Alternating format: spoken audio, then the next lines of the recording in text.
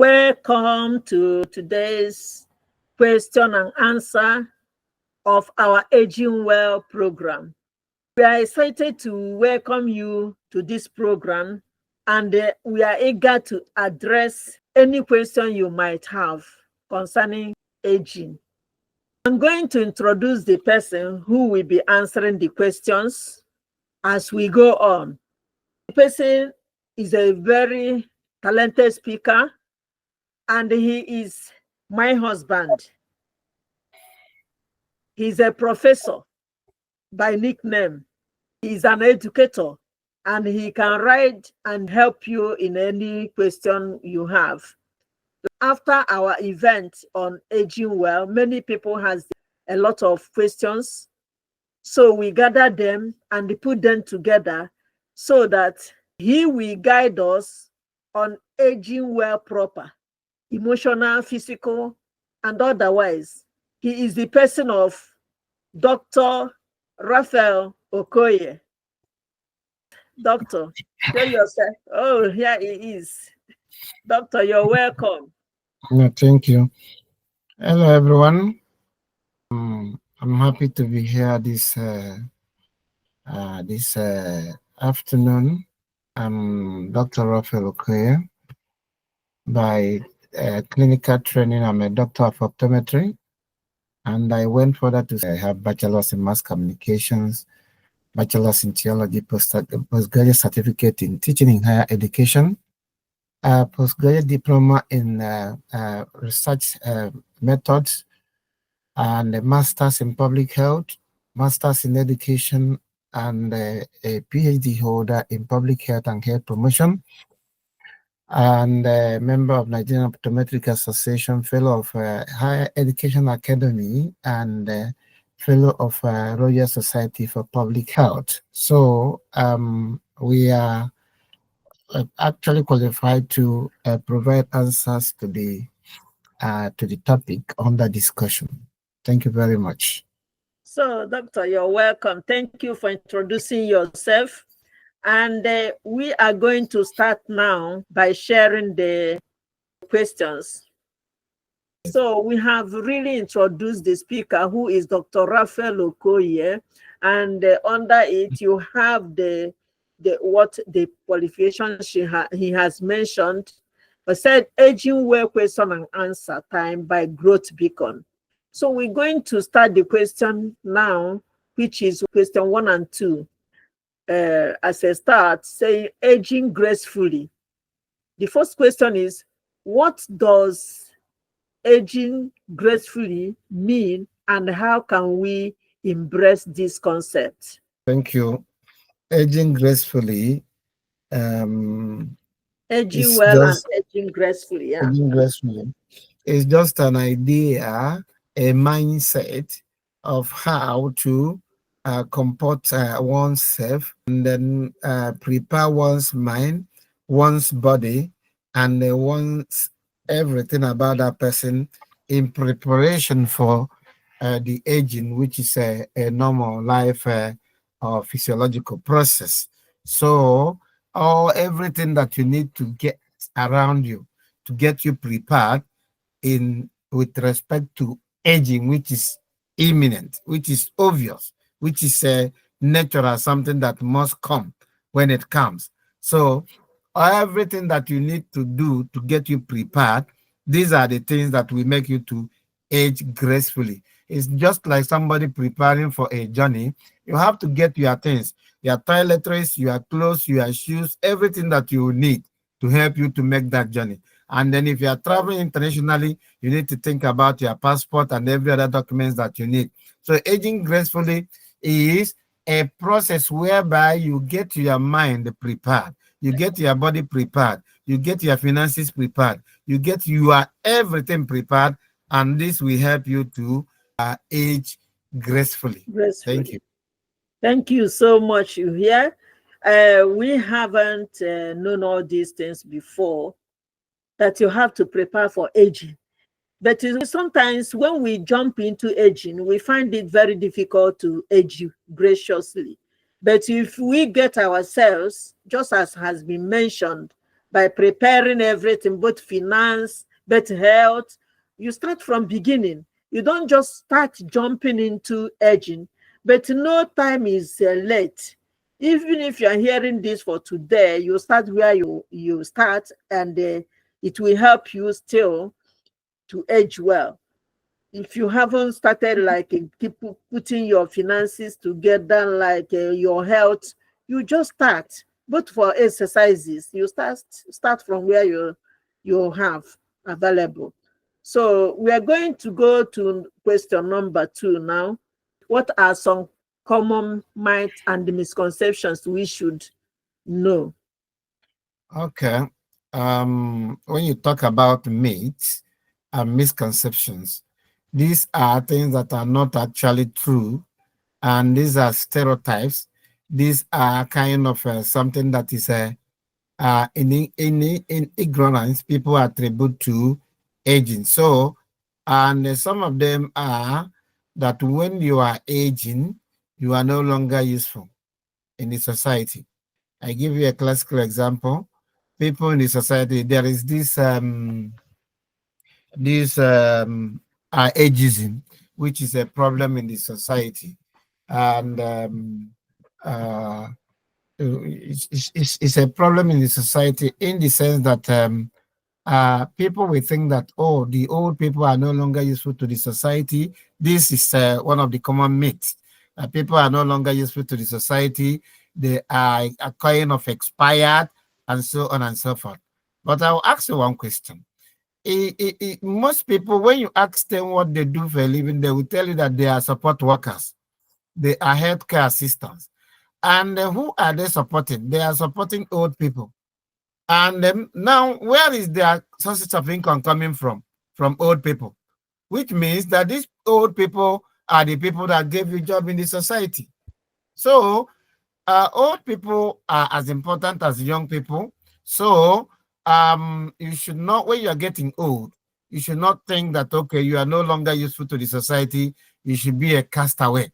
If you don't have old people in the society, you won't have young people. So, and when people think that, okay, the same way the other person aged, or the same thing that affected the other person is equally going to affect this person, and then you bear that in mind and feel that, okay, since the other person suffered this or suffered that, probably somebody suffered arthritis, and you saw that person and the other person suffered dementia and things like, you think that everything will come to you that way.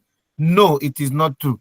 So once we don't have a kind of a path, one straightforward method of aging. What might be common to this person might not be common to the other person. So that's what you should know. Okay. So that's a misconception we face as we age. Those are the misconceptions we face, because when you look at how the person is aging, you become afraid yourself by thinking that, oh, this person is suffering this while he is aging, so the person that your own aging will be the same. So no, it's not. You have seen the clarifications he gave, that if you get yourself prepared, you're not going to age like the other person, because you age graciously, being prepared for what is to come. You age very. What are Um, the habits that promote physical health and longevity? Now, when you want to, if you're thinking about longevity, which is long life, and you are thinking about improve the physical health, you should be somebody that is active. You should be somebody that is active, very, very active. Not maybe now in this era of remote control, where we have remote control for everything. You have remote control for your TV, remote control for your TV, remote control for your soup, remote control for toilet, remote control for bath, and so on and so forth. Then you now become very, very inactive. And then when you are inactive, your body is settling down to that reduced physical activity. And the system, the joints are kind of trying to to assume a different a physiological condition, such that you might start to develop some issues like arthritis. You might have to be notice that you'll be putting on more weight, which is very, very problematic in aging. When you are aging and you are having a lot of weight, it will impact on your system, and that might result to something like type 2 diabetes, and then arthritis, and osteoarthritis. And then again, yeah, engaging in physical activities will help you to be very, very active, and your system is just showing, experiencing a flow, and regular activities which will keep you safe, and then that will keep some illnesses away from you. And again, other habits like smoking, taking too much alcohol, engaging in other unhealthy habits, eating of junk food, and so on and so forth, they will contribute to adverse outcome in while you are aging. So these are some things we must be aware of, and then we get rid of those nasty habits, and then we might be able to live long. So thank you so much for answering these questions, because it helps us, all of us, to know the habit we must have and the one we're gonna throw away.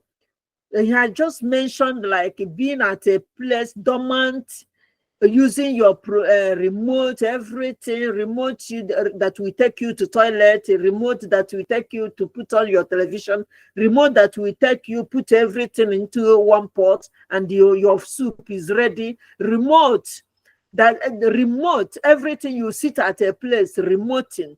You are required to get up and do some activities. This helps you, your blood circulation to go to flow very well. And he's talking about smoking. These are the bad habits that can make your aging not being gracious. When you are smoking, when you are drinking hard drugs like those ones, they can make your aging slow down. So you need to be active, and it will help your age, and it will help you to live longer and stronger and happier. So thank you, Dr. Raphael, for this teaching. We are going to go to question 4 now, which says, what are some strategies for managing stress and finding balance in our lives? What are the strategies we're going to use to manage our stresses and find a balance in our lives? There are two things that could result to a stress. One is improper management of resources, scarce resources. Yeah, that is the number one cause of stress. And then those scarce resources includes time and money. Time and money. Now, thinking about time, if you don't manage your time well, you aging will catch up with you unexpectedly. That's why the government has made a provision compulsorily for people during their work life to make sure that they are saving for retirement. That is the pension. They save it, and then the amount of work you did when you are still full, that will now result in your whatever you will be able to save, and which will come to you as your pension. Now, again, when you don't have when you are aging and you are giving some money, the little money you are giving then, and you don't manage it properly, that will be a problem. Because if you are earning about 1,500 or 2,000 when you were younger, and then now you are retired and you are being given 300 pounds, if you fail to manage it very well, it will result to a very, enormous stress. Then the other one is time management. You have to manage your time very well. If you don't manage your time very well, you run into a lot of sorrows and problems. So time management, proper management of the time and proper management of your finances will contribute to reduce the stress. Engage in things that you are capable of doing. Don't embark on things that will overwhelm you, because they are going to cause you more problem than comfort. So don't engage in things that will overwhelm you, and cut your spending and your expenses according to your finances. This will help you to take care of stress. And of course, look for a network that will help you to enjoy life. Look for people around you to where you can go. When you look in your local areas, you can find green areas, you can find parks, you can find community centers where people can go and socialize. There are so many things that will help people to to get rid of stress. So there are so much, there are much of them. And then even going to church, going to services, going to religious programs, that Activities. will Yeah. help us to relieve. Thank you. Wow. Thank you so much. Thank you so much. So we have heard everything he said about managing our time, about managing our resources, about managing our finances. Anything we have, learn how to manage things you have, whatever it is, both your sleep, both your eating habits, both your feeding, both your education and everything. Don't put every heavy things onto yourself. Learn how to manage what you have. If you are educated, learn how to manage your education. If you are not, learn how to manage yourself. Many things you need to know how to manage, both time and finance, as mentioned. Then you have to know what to eat, how to join other people in activities, and listening to radio, that thing that can cool you down when you are stressed. You know how to manage your stress. You have to learn how to use radio, use television, find activities around you and join them. These are things that will help you to manage your stress and take you out of worries and so on. Thank you so much. We are going to go to question 5, which is, how important are social connections in aging process, and how can we nurture it? It's just to make sure that when you are, as you grow, as we journey in life, we should be able to, to create a network around us, because these are some of the key things that determine how well we are. You have a strong network around you, and people that you can run to when you have issues and things like that. So social network is very, very important. And if you don't have one, try to make sure that your network is strong. Thank you. So we're going to go to question number 6. What roles do community centers and social groups play in supporting older adults? Yeah, in various communities and various different boroughs, you have this we have association of elderly people, not actually an association, but when you go to these community centers, you see the government has reasoned that yes, why people are going to work on every morning, anybody that is retired and is not doing anything at home, at a point they will start feeling lonely, and from loneliness the depression will set in. So now when you go to the community centers, you have these activities function for the elderly, because you are no longer hurrying to go to work. Now you go to those community centers and strike friendship with people around. You chat with them, and there are some activities, maybe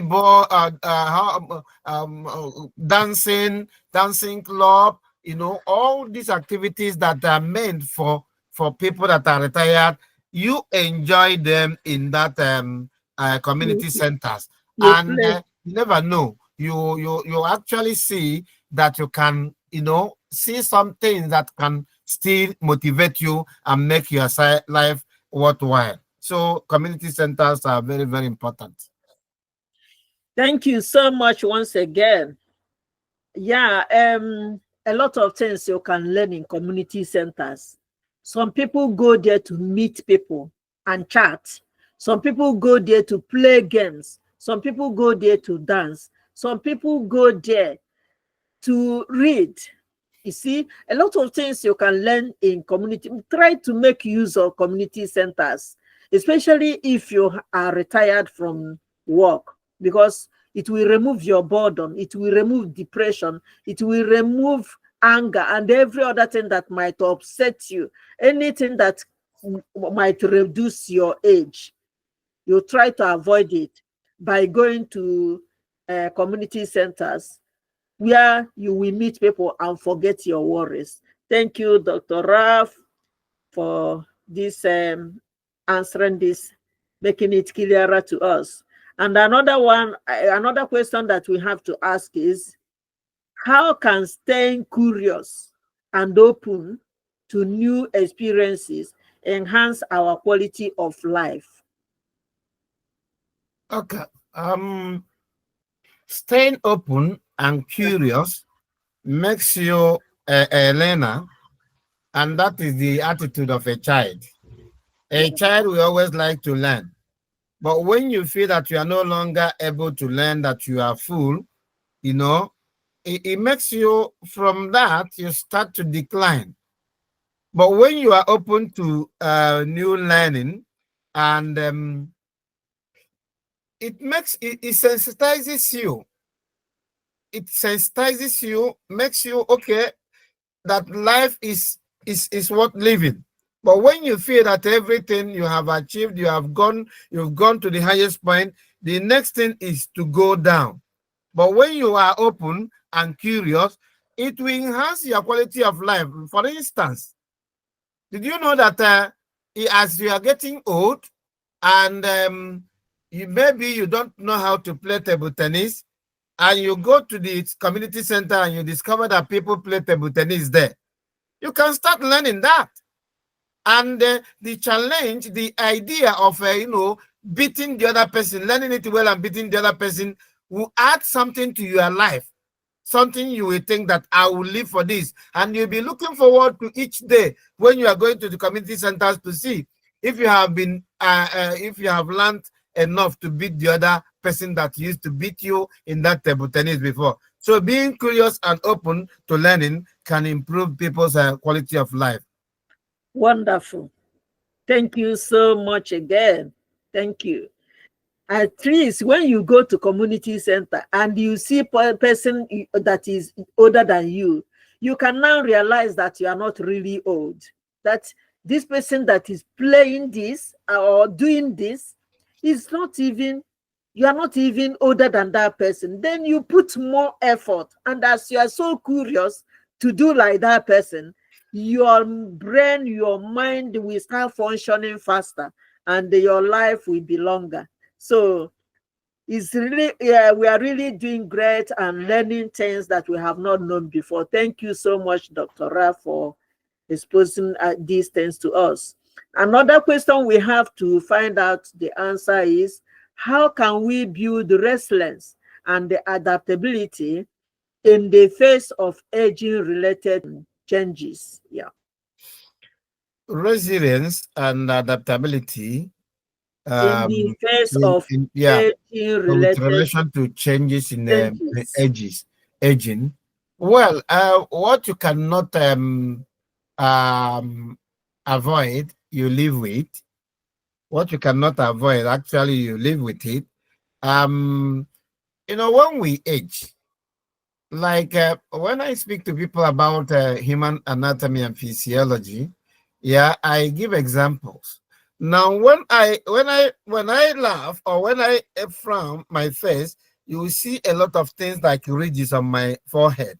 This is a natural way of aging, But when a baby frowns or smiles, the face remains smooth, and there is no cleavages, there's no distance there.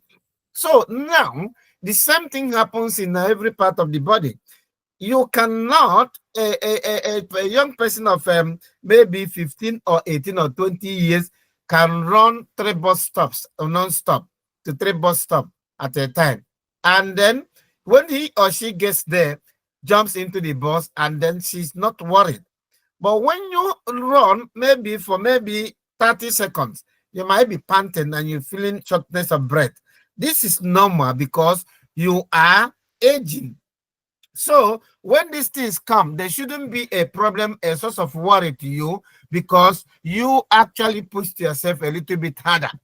So, but what it means is that whatever comes to you as a result of aging, you only find a way of dealing with it. Assuming there are people that could be, could suffer from osteoarthritis, arthritis of the knees, and then in the face of such a thing, what do? You look for a walking stick that will help you to stabilize. And if you're having issues with them, with staying stable, you look for a walking stick. Like there is one that looks like a tripod. You hold it, and then they will help you to balance yourself when you are walking. There are other challenges that are related to aging.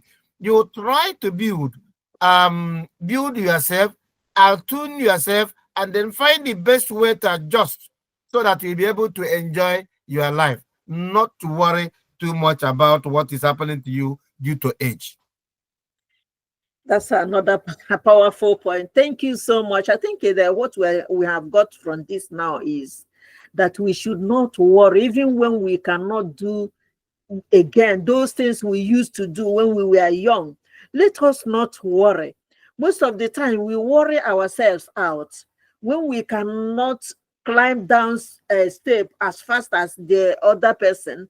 We worry when we cannot run as fast as the other person. We worry when we cannot stand up quickly as before. We worry. No, we have to take things, see aging as something that need to be there, because we must age, and the aging is a blessing, is not a curse. So we have to gain resilience on managing whatever we see. If we cannot, he has given us examples like using a stick, walking stick, using a tray, the one that he has three legs, if it is the one that can give us comfort, knowing how to manage those things, changes that are coming due to aging.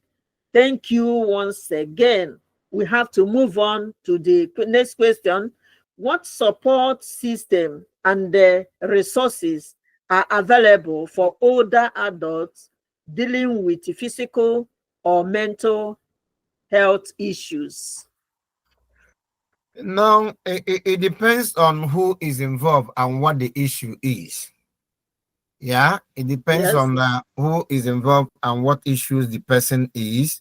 But mostly people that have nobody to care for them and they are aged, they are taken to care homes where government provide for them according to the The health Care can. Act 2028, 2008, 2012, 2014, 2022. So, but there are other basic things that people can do, that people can experience, and they go for the support. Just the typical one is the one we talked about, the community centers, where you can find a lot of activities. These are, where the people could be supported. And then in the churches, people have a provision. There are always this thing for people to form, to join the club of the elderly within the church. Again, they go there and then they have their chat and then have their discussions. And again, for people with mental health issues, it depends on how serious the mental health issues is. If it is just purely just loneliness and a little bit of depression, I think you have this other non-for-profit organizations that are out there to help people, like there's the one they call the befriending, and then you have the Samaritans, and then when you search, you still have a lot of other organizations that can even Age UK. Age UK, when you go to their website, you can find a lot of things that they do to help people, that to help the elderly. So there are a whole lot of things, but they are not they are not one cap fits all. It depends on who is involved, what is the issue, and then you now look for the right support. Hey, thank you so much. Thank you. You see, very clear. When you are aging, you must have a support for yourself, and your family is also there to help you. And anything that is anything that is changing in your life that you don't understand, you ask questions. You mentioned the charities, Marie Curie, Great Beacon, Edge UK, and other charities that can help. They're out there to help. Even in your community, like in the council house, you can find questions. You can find something that can help you. You can find people to help you. Any question you have, you can ask. There are a lot of things to help you as you are aging. So don't age alone. As you are aging, anything you cannot do, anything that worries you, find out from the community where you live, the supporters. They are always there to help you. So, and we are very proud of the charities because they are doing a lot for aging people. Come to Greenish, they are doing very well. They are doing helping people out to age very well. So this is what we have for this. And I don't know if Dr. Okoye still have any personal story or any more insights that can help us more in this aging program. I think I've just said enough. The important thing is to make hay while the sun shines. So the two things I mentioned that everybody has to take on board is they are one is proper time management, and the other one is financial management. When you are managing these things very well, now okay, take for instance, if you are so strong and you fail to build a network, a proper network, so and then you don't want to associate with people that will help you.